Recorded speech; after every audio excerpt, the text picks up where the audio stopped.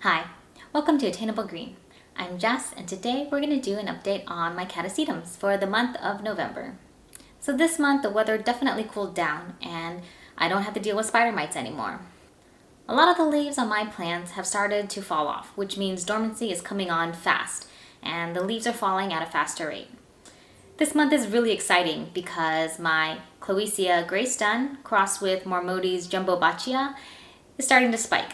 And not only one spike, but there's two. So I'm really looking forward to seeing how these flowers look.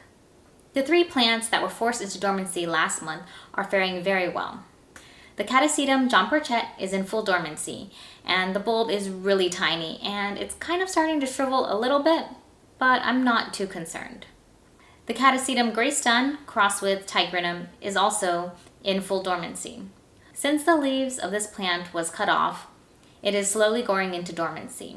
All of the leaves have started to dry out, and it's looking quite plump and healthy.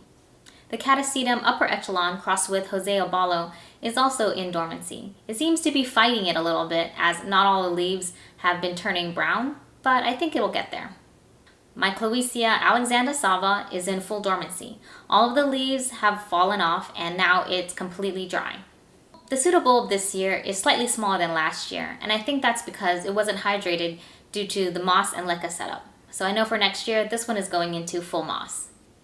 The Catasetum Portuguese star crossed with tigrinum is also heading into full dormancy.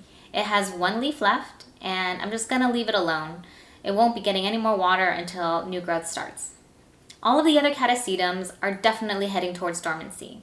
The leaves are starting to yellow, some of the tips are starting to dry out, and you can tell that it's definitely ready to be dormant.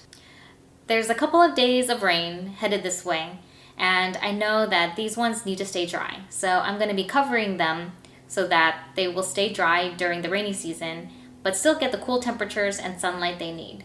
When all the leaves fall off, then I'll withhold all watering altogether. This month, the weather cooled significantly, and it definitely told all of my plants to get ready and buckle down for dormancy. Even my most stubborn catasetums are realizing that it's time to go dormant, and they're losing its leaves slowly but surely. As the plant becomes dormant, I'm moving them inside. Anything that has leaves is still outdoors, and anything that's fully dormant is coming inside for the winter time. Our winters are pretty rainy, so I want to protect these plants from getting too much water and too much moisture during this time, which is why I'm bringing them inside. And hopefully we'll get more spikes on more of these plants. But I know that a lot of them are seedlings, so I'm not expecting too many flowers, but it would be nice if they did bloom. Well, that's it. Thank you so much for watching. If you like this video, please give it a thumbs up. Subscribe to my channel, Attainable Green, for all the latest updates. And hit the bell so you never miss an episode. Bye!